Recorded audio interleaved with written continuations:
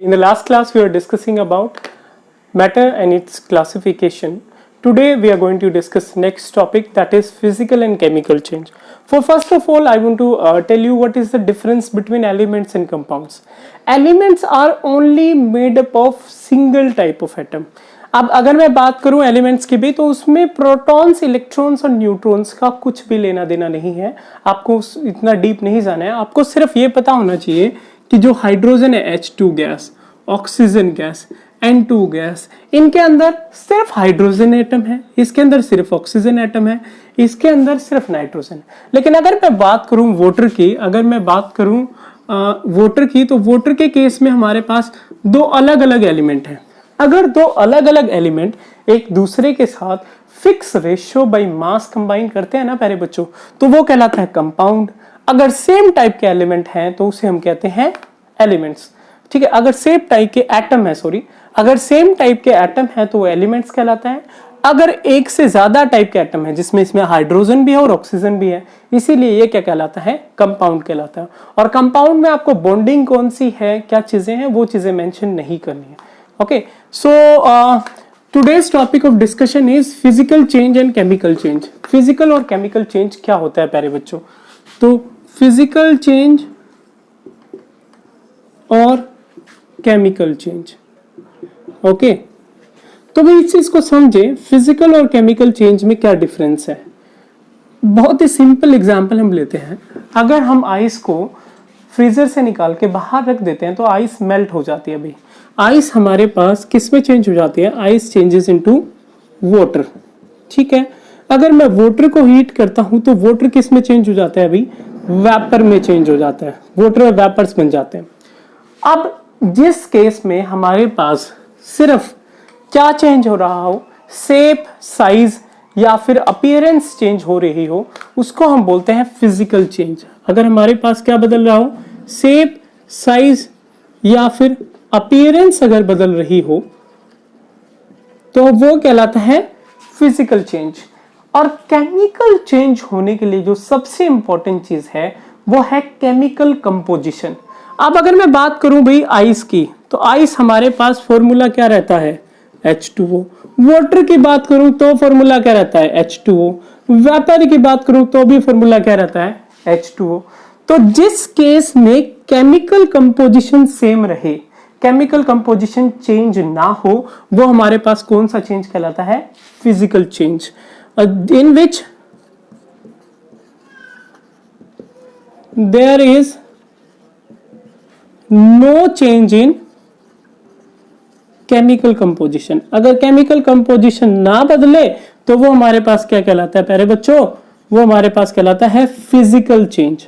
ठीक है, अगर केमिकल कंपोजिशन बदल जाए, इनमें से कोई भी चीज हो और इसके साथ अगर केमिकल कंपोजिशन बदल जाए, जिस चीज से मिलके कंपाउंड बना है, जिन एलिमेंट से मिलके कंपाउंड बना है, अगर वो ही चेंज हो जाए तो वो हमारे पास क्या कहलाता है, वो हमारे पास कहलाता है केमिकल चेंज.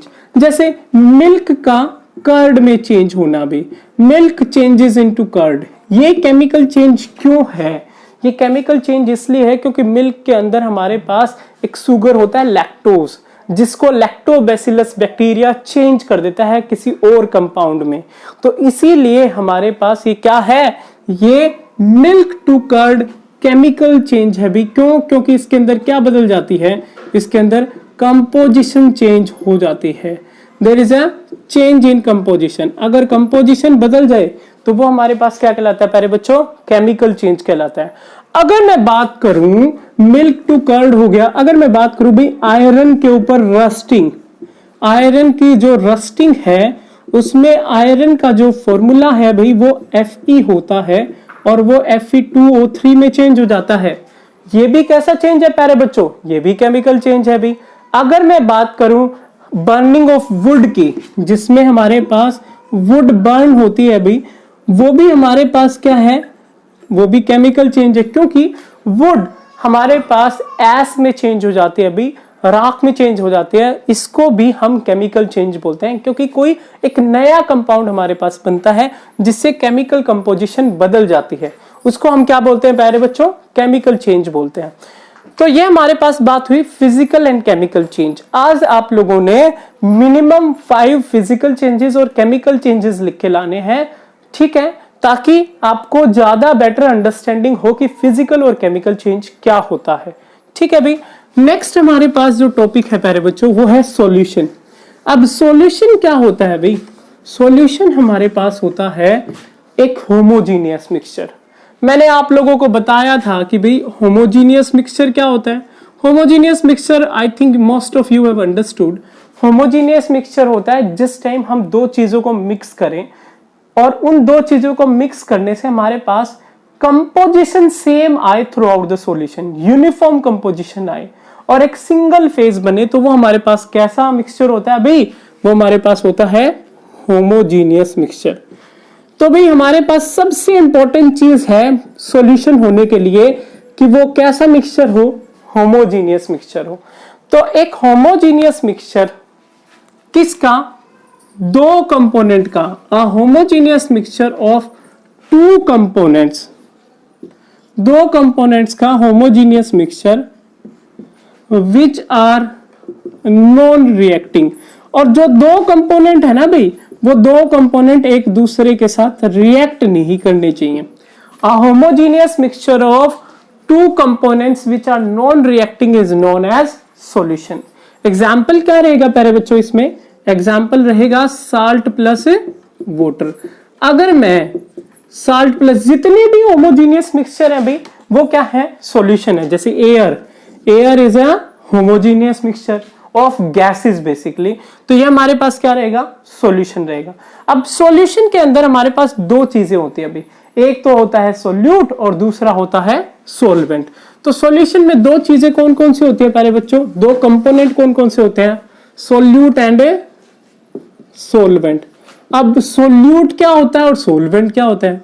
भाई सोल्यूट वो कंपोनेंट है जिस कंपोनेंट को हम लोग कम अमाउंट में डालते हैं। Solute which is present in less amount, जो कम अमाउंट में प्रेजेंट है। अगर वो कम अमाउंट में प्रेजेंट है तो वो क्या कहलाएगा? सोल्यूट कहलाएगा। और सोलवेंट क्या है? विच इज प्रेजेंट इन, और the component which is present in large amount, जो ज्यादा अमाउंट में प्रेजेंट है वो क्या कहलाएगा भाई? वो सोलवेंट कहलाएगा। अब भाई हम लोगों ने अभी बात की थी कि मैं साल्ट और वाटर को ऐड करता हूं, तो साल्ट हम कम लेते हैं और वाटर हम ज्यादा लेते हैं, तो वाटर किसका काम करता है? सोलवेंट का, और साल्ट सोल्यूट का। तो ये हमारे पास बात हुई सोल्यूट एंड सोलवेंट की। फिर हमारे पास प्यारे बच्चों एक सॉल्यूशन होता है जिसमें हमेशा वाटर एज अ सोलवेंट लेते हैं। अगर किसी सॉल्यूशन में अगर हम लोग क्या करते हैं, वाटर एज अ सोलवेंट लेते हैं, अगर वाटर को एज अ सोलवेंट लेते हैं किसी सॉल्यूशन में, तो उसको हम कौन सा सॉल्यूशन बोलते हैं भाई? उसको हम लोग एक्वस सॉल्यूशन बोलते हैं, क्योंकि एक्वा का मतलब होता है वाटर। एक्वस सॉल्यूशन होता है जिसमें वाटर एज अ सोलवेंट लिया जाए। अब अगर मैं बात करूं नॉन एक्वस सॉल्यूशन की, तो नॉन एक्वस सॉल्यूशन क्या होता है भाई? जिसके अंदर सोलवेंट जो है वो वाटर से अलग हो। बेंजीन हो गया, CCl4, कार्बन टेट्राक्लोराइड हो गया, जिसके अंदर सोलवेंट वाटर से अलग हो तो उसको हम बोलेंगे नॉन एक्वस सॉल्यूशन। अगर सोलवेंट वाटर है तो वो एक्वस सॉल्यूशन कहलाएगा। अभी हम पढ़ेंगे सॉल्यूशन की कुछ प्रॉपर्टीज के बारे में भी। सॉल्यूशन की कुछ प्रॉपर्टीज हैं। सॉल्यूशन की जो सबसे पहली प्रॉपर्टी है वो ये है कि सॉल्यूट या फिर जो पार्टिकल्स हैं सॉल्यूशन में, उनका साइज बहुत छोटा होता है। इतना छोटा होता है कि हम उन्हें नेकेड आई से नहीं देख पाते। तो the particle size is very small. The particles are very small in size. Particles बहुत छोटे होते हैं साइज में भी। अब बेटा मैंने होमोजीनियस मिक्सचर की बात की, और होमोजीनियस मिक्सचर में आपको क्या लगता है पार्टिकल सेटल डाउन हो जाते हैं नीचे? नहीं होता ऐसा। हमने बात की थी हेट्रोजीनियस मिक्सचर की, जिसमें मैंने आपको बताया था कि अगर मैं सॉइल में वाटर मिक्स करता हूं तो पार्टिकल्स नीचे सेटल डाउन हो जाते हैं, जो कि एक हेट्रोजीनियस मिक्सचर है। तो भाई होमोजीनियस मिक्सचर है और सॉल्यूशन है, तो उसमें पार्टिकल्स जो है वो क्या नहीं होते? सेटल डाउन नहीं होते। The particles of solute do not settle down, settle down नहीं होते। ठीक है भाई। अब हमारे पास बात होती है कि पार्टिकल्स, जो सोल्यूट के पार्टिकल हैं वो सेटल डाउन नहीं होते। ठीक है, पार्टिकल्स इतने छोटे हैं कि हम इन्हें विजिबल भी नहीं होते नेकेड आई से। The particles are very small in size, these are और these particles are not visible with naked eye. हम लोग इन्हें नेकेड आई से नहीं देख सकते भाई। ठीक है, अब जो मोस्ट इंपॉर्टेंट प्रॉपर्टी है वो है टिंडल इफेक्ट। भाई टिंडल इफेक्ट होता क्या है, टिंडल इफेक्ट क्या होता है इसके बारे में बात करेंगे। टिंडल इफेक्ट भाई एक पर्टिकुलर इफेक्ट होता है जिसमें लाइट पार्टिकल्स की, या फिर लाइट जो है, पार्टिकल्स क्या करते हैं, लाइट को स्कैटर कर देते हैं। आप लोगों ने बहुत ही सिंपल देखा होगा कि अगर कोई विंडो है और उस विंडो से बहुत छोटा सा शीशा अगर टूटा हुआ है और वहां से सनलाइट आ रही है, तो वो जो पाथ है वो आपको विजिबल होता है। वो जो पाथ विजिबल होता है वो हमें इसलिए होता है क्योंकि एयर के अंदर जो डस्ट पार्टिकल्स हैं वो उस लाइट को स्कैटर कर देते हैं। हम स्कैटरिंग क्या होती है, स्कैटरिंग होता है बिखेरना, लाइट को स्कैटर कर देते हैं, बिखेर देते हैं। तो जो लाइट की स्कैटरिंग होती है by the dust particles, that is known as Tyndall effect. But क्योंकि सॉल्यूशन में पार्टिकल्स का साइज बहुत छोटा होता है, इसीलिए जो सॉल्यूशन है वो टिंडल इफेक्ट शो नहीं करते। टिंडल इफेक्ट क्या होता है अभी, the scattering of light, the scattering of light by dust particles in atmosphere. अब बेटा डस्ट पार्टिकल जो स्कैटर करते हैं लाइट को, उसको हम बोलते हैं टिंडल इफेक्ट। लेकिन सॉल्यूशन में as the particle size is very small, क्योंकि पार्टिकल्स का साइज जो है वो बहुत स्मॉल है, तो they do not show Tyndall effect. तो ये भाई टिंडल इफेक्ट शो नहीं करते। Okay, so this is all about for properties of solution. Further we will discuss in our next lecture.